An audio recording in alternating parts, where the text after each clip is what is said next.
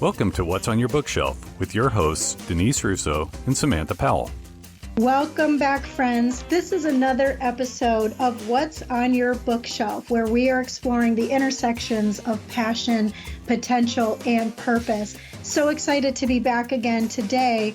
We are exploring the 7 principles that shaped John Wooden's life and that we know will change yours. They're certainly changing ours. This is a book entitled Coach Wooden by Pat Williams. Today is a continuation of our last episode where we're literally still inside of principle number 1, which is about being true to yourself. My name's Denise Russo, and I'm here today with my co-host, Sam Powell, really looking forward to continuing on with this chapter together. Yeah, me too, Denise. I'm super excited to keep chatting about this. I know we thought we could squeeze it into one episode, but man, we just had so many great stories. So I'm super excited to keep talking about Principle 1 here and continuing to dive into what it means to be true to yourself. Awesome. So picking up from where we left last time, right? Yep. So it kind of leads us into this next part of this chapter, which talks about being true to your potential. And you just shared a story that we maybe haven't shared with a lot of people or a lot of listeners, which is that we are both in a state of evolution, right? We have to let go of what we've outgrown. So whether you're someone listening who either was displaced from your job, or maybe you left your job on your own, or maybe you are at a job that you are outgrowing and it's time for you to evolve. This part of the chapter talks about being true to your potential, because it's not just about being true to yourself, but it's maybe about being able to letting go of different things from your past so that you can look towards the future.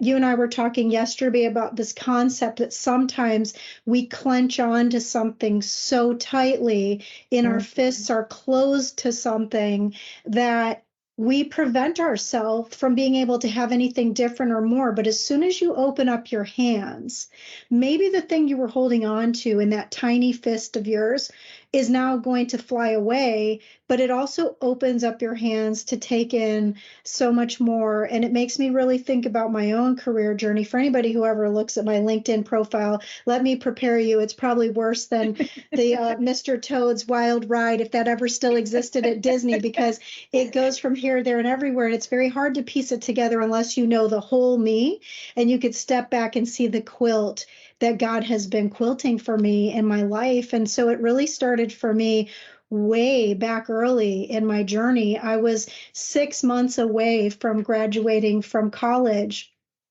and I decided to change what I wanted my career to be.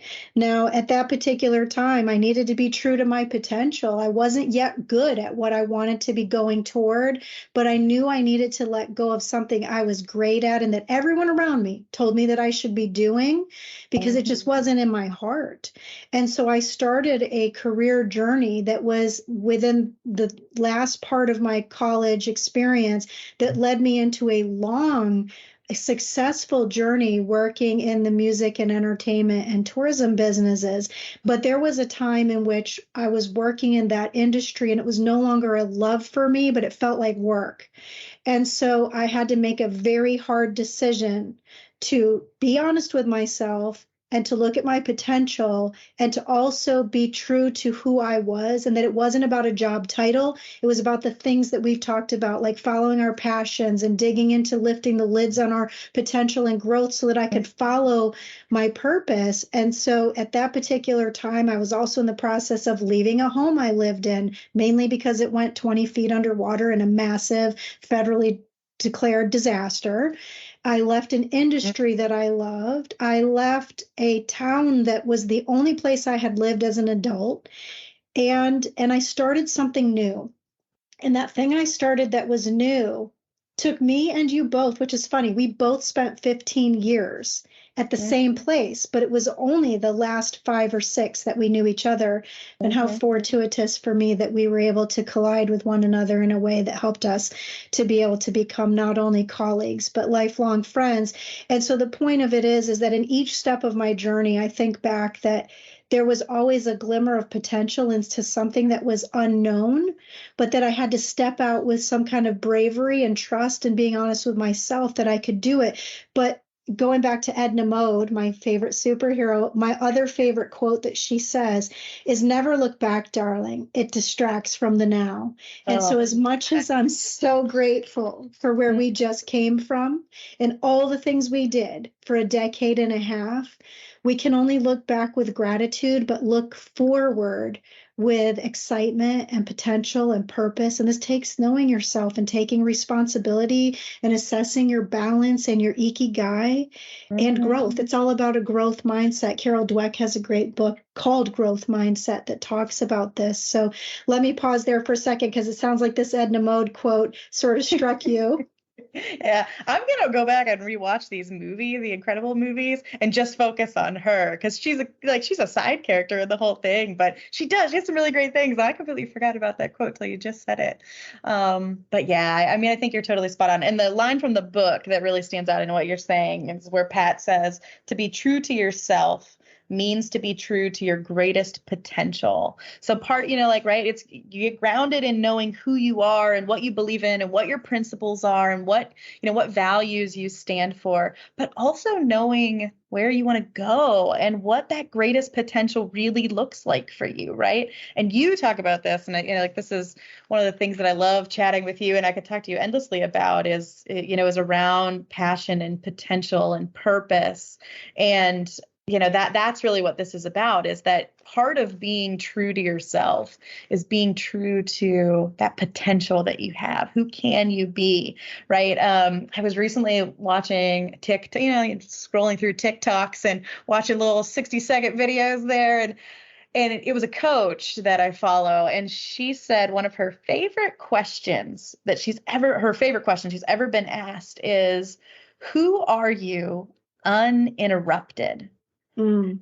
And I love that. I watched, it was a short little video. I probably watched it 15 times and thought about that. And I really thought about, who am I uninterrupted, right? And that speaks to potential. Who am I? If I'm serving myself, if I'm being true to myself, I'm thinking about, without the distractions and the interruptions of life, the imposter syndrome, the other people telling you, I can't believe you're trying to do this. Like, are you sure? Shouldn't you go do this or that or whatever? But it's, who am I uninterrupted is my potential, right? What is that? And to serve and to be true to yourself, you have to serve that uninterrupted potential version of yourself. And I just love that. So good. It's so good. It lines up really well with something Pat said in the book. He said, we're capable of doing far more than we can imagine.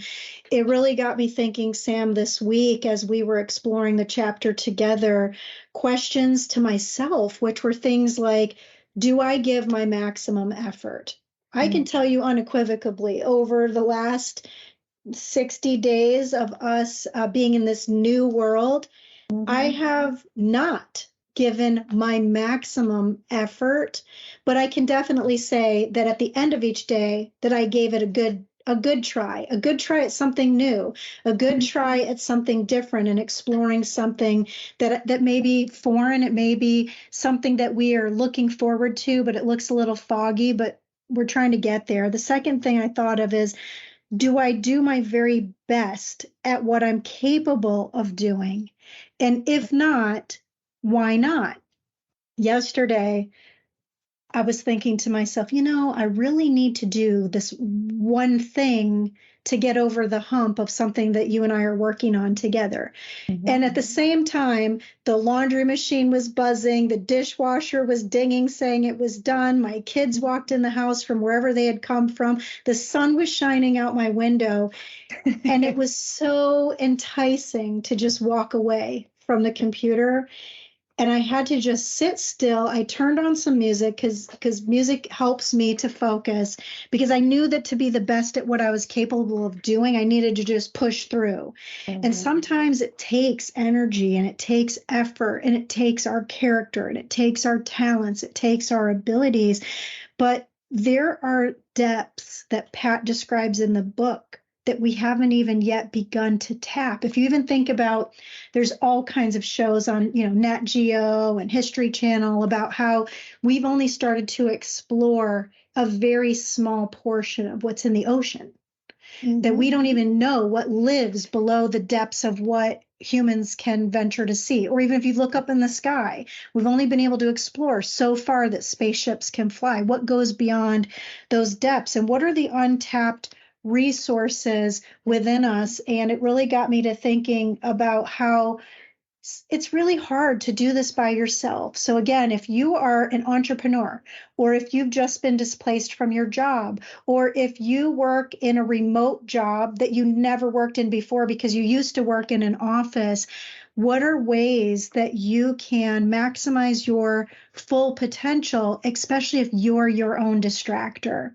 I know we talked about this a little bit before, Sam, and I want to get your take on it. And maybe I'll tee it up by sharing one other quote that Pat shared in the book, which is that you don't measure yourself by what you've accomplished, but what you should have accomplished with your ability. And this is about being true to yourself with your potential. Yeah.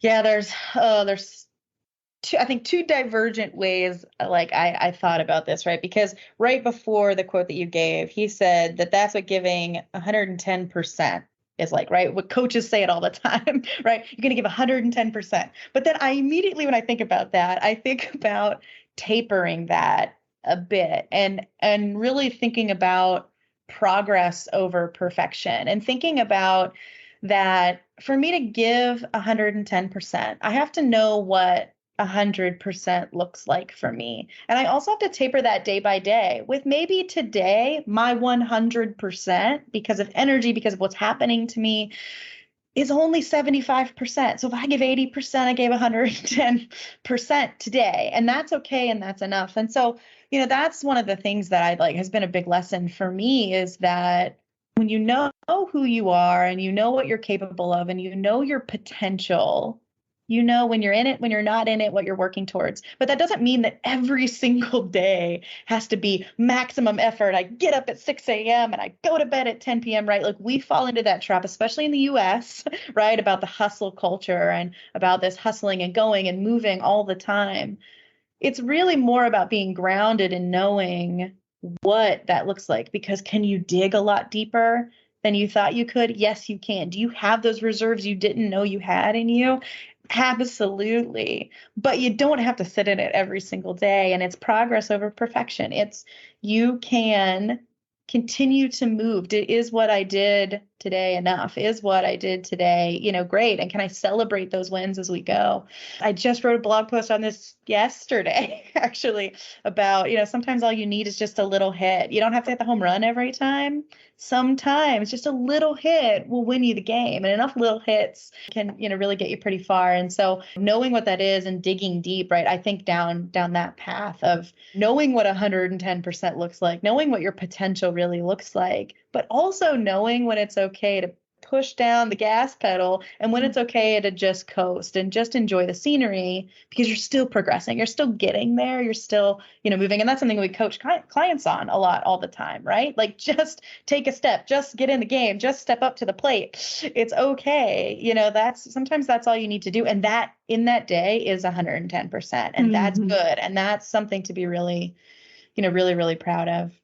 I love the story about what you're talking about as far as getting up to the bat and just taking a hit. And it's those little hits that compound. That's the same concept in the James Clear book, Atomic Habits. And he talks about how big dreams come from small steps, and it's the 1% changes that compound over time. There's another great book too. I hope I'm saying the right author, because I don't have it right here in front of me. It's on my bookshelf. It's definitely one to be on the bookshelf. I think it's Darren Hardy who wrote the book Compound Effect. I have the e-version of that book. It is a must read, and it talks about how these little things over time build up into being big things.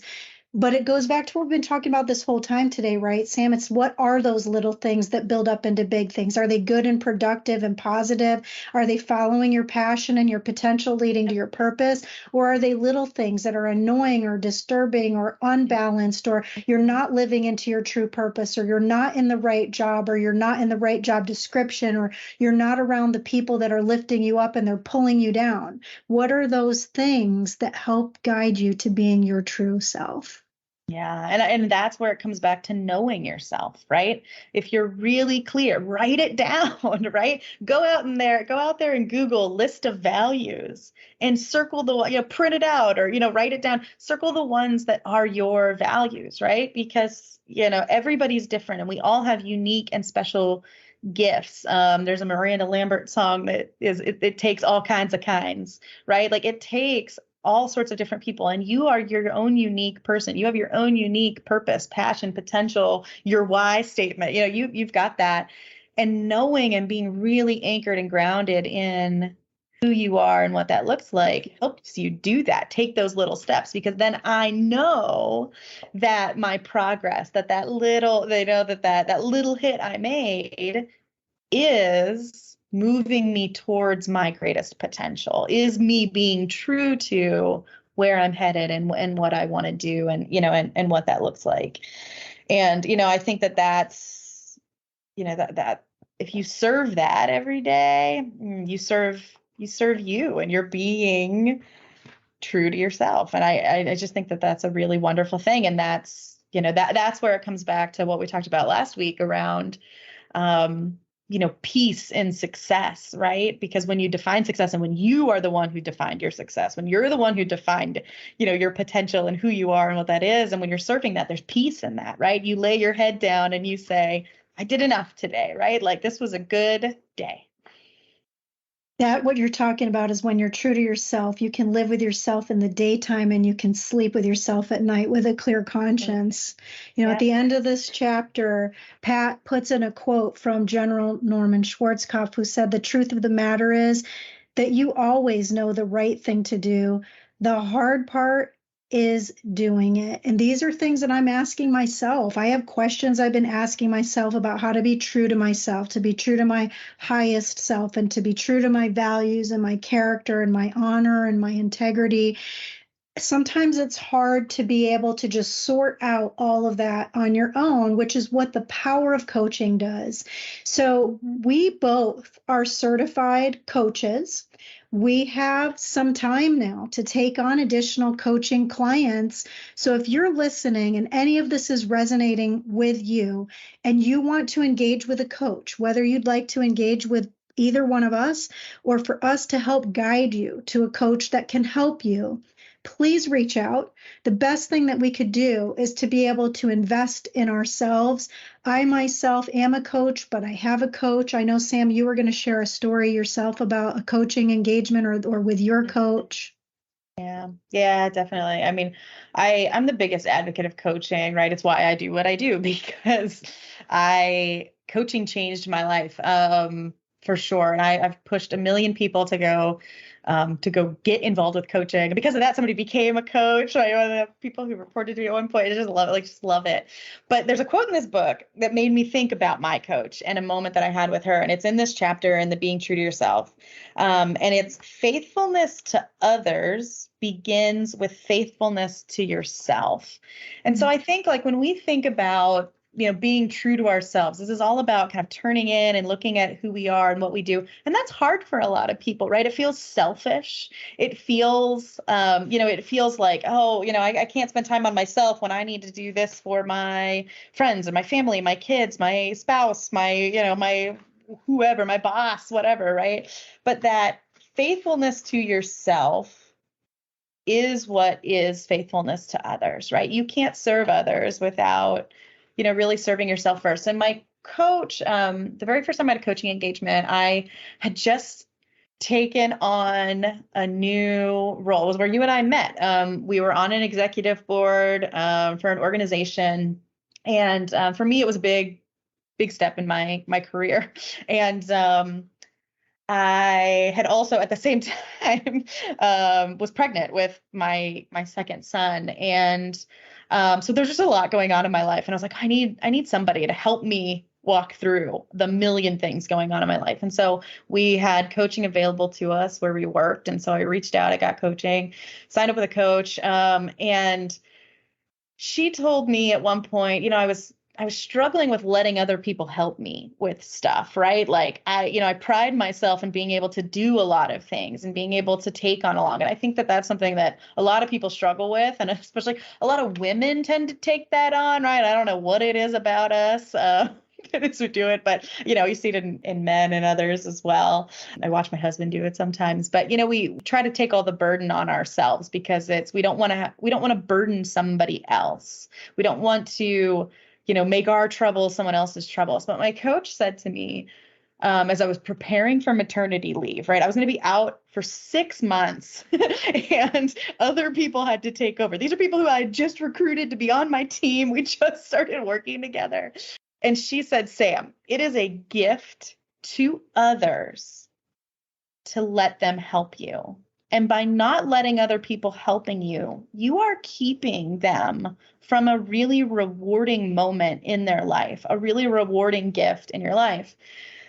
And this, she said this to me right before I went out on maternity leave. I had my son. He ended up in the NICU for a week after he was born. And that, I don't know if you've ever people out there have, had children who've been in the NICU or know somebody who has. It's just this heart-wrenching, right? You're supposed to go home with your baby and you don't. Your baby stays in the hospital. You get released. Like that was the biggest shocker to me when they said that. They're like, oh, we're discharging you. I was like, but my baby's still here. Like what? And I had a son at home. I had a 4-year-old at home. And my husband and I needed to be there for our newborn who was in the NICU. Like we needed to go through this journey. And her words came back to me, right? She pulled this out of me of it is a gift to other people to let them help you. And so in that moment, I sat in peace, right? I defined that successful living was letting other people help me. And that was something that, being true to who I am and being faithful to who I am is helping other people. And so being faithful to other people was letting them help me. And so we needed family and friends to, take our son overnight. We were in, it was a week. And so we needed people we got a hotel close to the hospital. We had other people, move our son from person to person and bring him to us and, do all this crazy coordination that, I could have, right? Past Sam would have said, oh, it's such a burden to other people. But no, what I was able to do through this engagement and being true to being a helper myself was being true to other people and letting them help in that moment. And so like that line really stood out to me. And it made me think of coaching as, being, faithfulness to others is faithfulness to ourself. And, when you're true to yourself and true to your core values and what you believe and what those are, you can also gift them to other people, right? By letting them sit in that space with you. And I just, to me that really, really what helped. And that's her being my coach. And it turns out years later, I found out that you coached my coach. So like you 6 degrees of separation. There's like 2 degrees here, but like that, what we had, that thread that we pass on to people. I think you said it, that thread that kind of carries us from one person to the other is just such a gift. And so when you're true to who you are, you're true to everyone around you. You can be better. And, it changed my life. I'm a coach because of that coach that I had in my life. And she's a really good coach because of you. And now here I am working with you, on all of this stuff, this coaching. And, it's really incredible. It's just a really neat space, but that was me being true to myself. And look at where it led us. It's in a great space where, I'm fulfilling my passion, fulfilling, really working towards my potential and really being true to all of those things. So it's awesome. Oh, wow. Well, thank you so much for honoring all of us with your story and certainly for honoring me with the threads that bind us together. You've moved beyond business success towards a life of significance. And if we were to just summarize what we've been talking about today, this is only chapter 2 of this book. It's principle 1. We have a long journey ahead. We have talked about today combining the principles of being true to yourself through honesty and being yourself and being your best and maximizing your potential. And so the journey towards potential, wow, it can be long, it can be uphill, it can be full of obstacles, it can be full of weeds, it can be full of changing weather. But being true to myself, I think this week I'll share my accountability going into next week, which is, for me, being true to myself this week means taking time to recharge. This is a marathon, not a sprint. We're even showing this, walking through this book. It's going to take us a while to get through really absorbing and living out the things we're reading. This is not just a book summary. This is not just the key highlights from one sentence in one chapter. This is about walking through something that can change our life. In fact, the beginning of the book on the front cover says, these are 7 principles that shaped his life. One of the winningest, most successful coaches of all time, known not just for his coaching skills, but for what he did to invest in the lives of others. The bottom part of that says that these are the 7 principles that shaped his life and will change yours. So for me, taking this as a marathon, not a sprint, and having time to recharge, that remembering that this is a lifelong journey that we have together. It's like a book that never ends, but it just keeps getting better and better. But in this case, you're the author and you're the one that owns the pen or the eraser.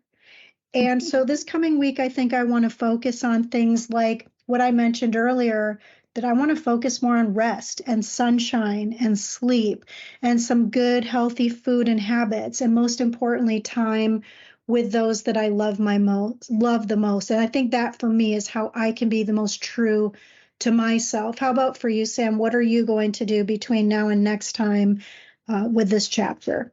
Oh gosh. I love what you just said. And I think that for me it's going to be similarly related. I'm going to hold you accountable to this too, but it's the celebrating those moments that are progress, right? Because that's something I firmly believe. If I'm being true to who I am, I believe in celebrating the stuff in between. I believe in celebrating just showing up sometimes and really balancing my plate here of all the aspects that are really core and really important to me. So I think I'm going to spend the week celebrating those things and celebrating those moments where I really was true, like sitting in gratitude and in celebration of, I did it, right? Like that, I lived this moment that was true to who I am, right? I'm really clear in who I am and what I stand for, and what values are key to me. And so I think I'm going to celebrate those this week. And I'm going to ask you about your stuff as we chat throughout the week too. Oh, that sounds awesome. Well, friends, thank you for once again joining us today on this episode of What's on Your Bookshelf. I am Denise Russo, and on behalf of my friend Sam Powell, we thank you. We ask you to please consider subscribing, sharing, liking, commenting. Tell us what's on your bookshelf. You can engage with us through LinkedIn, and we will make sure that our producer Scott will have all of those links in the show notes for you. Until next time, be true to yourself and keep living a life of significance and meaning. Bye-bye for now.